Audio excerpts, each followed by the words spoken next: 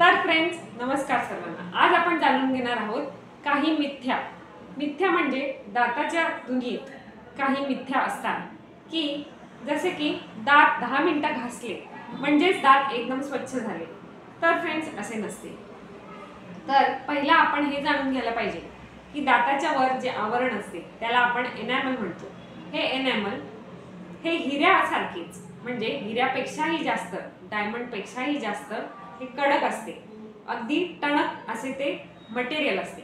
तर फ्रेंड्स, जर आपण दात एकदम जोरजोराने घासले आणि हिरड्यांवर अक्षरशः जोर लावून आपण जर ब्रश फिरवला तर मग हिरड्यांमधून रक्त येणंच हे साहजिकच आहे आणि रक्त येणं हे अगदीच कॉमन आहे।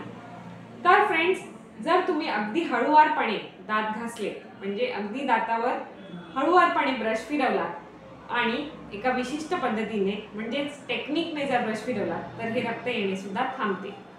तर फ्रेंड्स, मेन गोष्ट ही की दात अगदीच रगडून आणि एकदम जोर लावून घासले तर ते एकदम स्वच्छ होते असे बिलकुल नाही। तर सर्वात पहिले आपण हे डोक्यातून काढले पाहिजे की दात हे एका विशिष्ट पद्धतीनेच घासले गेले पाहिजेत आणि एकदम आराम के साथ म्हणजे व्यवस्थितरित्या हे घासले गेले पाहिजे। नाहीतर असे होईल की बाहर से शेरवानी और अंदर से परेशानी, म्हणजेच बाहेरून दात स्वच्छ दिसतात पण आतून दात अतिशय घाण आणि अतिशय कीड लागलेले आहेत। तर फ्रेंड्स, काही गोष्टी ह्या आपल्याला ध्यानात घेणं गरजेचं आहे। अजून एक गोष्ट जी आपण जाणून घेऊया ती म्हणजे लहान मुलांची जी दाताचा चेकअप असतो तो लहान मुलांचा दाताचा चेकअप हा एका विशिष्ट वयात झाला पाहिजे, जसे की 6 ते 12 वर्ष किंवा जेव्हा त्यांचे दुधाचे दात पडतात असं। तर हे साफ चूक आहे फ्रेंड्स। लहान मुलांच्या दाताचा चेकअप किंवा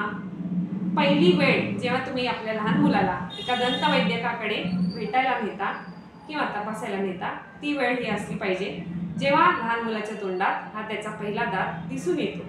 तेव्हा जेव्हा तुम्ही आपल्या लहान मुलाला किंवा बाळाला पहिला दात येतो तेव्हा डॉक्टरकडे न्याल तेव्हा डॉक्टर तुम्हाला तपासून सांगतील की डॉक्टर हिरड्या कुठपर्यंत बाळाची वाढ झाली आहे आणि पुढचे दात हे येण्याच्या बरोबरच काय काळजी घ्यावी हे सुद्धा तुम्हाला डॉक्टर सांगतील। तर फ्रेंड्स, नक्कीच तुम्ही ह्याची काळजी घ्यावी। आणि अजून एक मिथ्या जे आपण नेहमीच बघतो ते म्हणजे की जर तुम्ही डॉक्टरकडे गेला आणि जर तुम्ही स्केलिंगची ट्रीटमेंट घेतली, स्केलिंग म्हणजेच दातावरचे लागलेले डाग किंवा दातावर जे काही साठलेले असते प्लाक कॅल्क्युलस आपण ज्याला म्हणतो, किंवा दातावर जी काही वरून एक घाणीचे आवरण तयार झालेले असते की त्यात बॅक्टेरिया वगैरे लपून बसतात, तर या बॅक्टेरियाची स्वच्छता आणि इवन दातावर साठलेल्या प्लाकची स्वच्छता ही जर स्केलिंग मशीनने केली तर त्यामुळे दात हे ठिसूळ होतात किंवा दात सैल होऊन हलायला लागतात। तर हे साफ चूक आहे फ्रेंड्स। दाताची स्वच्छता ही नियमितपणे म्हणजे 6 ते 12 महिन्यामध्ये म्हणजेच वर्षातून किमान 2 वेळा तरी दाताच्या डॉक्टरपासूनच झाली पाहिजे, म्हणजेच स्केलिंग युनिटने म्हणजे त्याला आपण अल्ट्रासाउंड पद्धतीने आपण दाताची सफाई ही झालीच पाहिजे। तर फ्रेंड्स, हे तुम्ही डॉक्टरांकडे जाऊन मशीनद्वारे करून घेऊ शकता।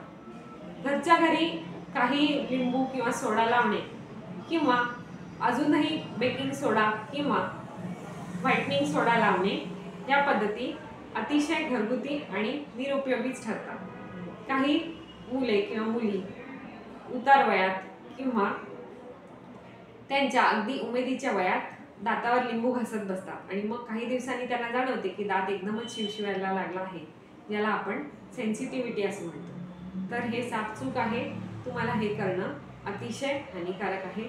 या गोष्टी शक्यतो टाळाव्यात। यामुळे पुढच्या दाताचे दुखणे हे पुढच्या वेळेमध्ये किंवा येणाऱ्या काळामध्ये तुम्हाला त्रासदायकच ठरू शकते। तर फ्रेंड्स, या चुका तुम्ही टाळा हे मी आशा करते आणि तुम्हाला हा व्हिडिओ कसा वाटला हे आम्हाला नक्की कळवा। या काही टिप्स तुम्ही फॉलो करू शकता ज्या तुम्हाला अतिशय लाभदायक किंवा